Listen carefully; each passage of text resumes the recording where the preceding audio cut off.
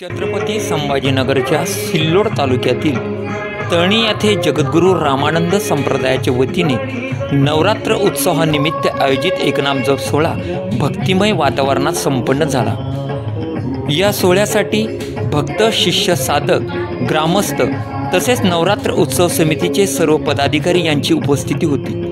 पाहूया या सोहळ्याचा काही भाग।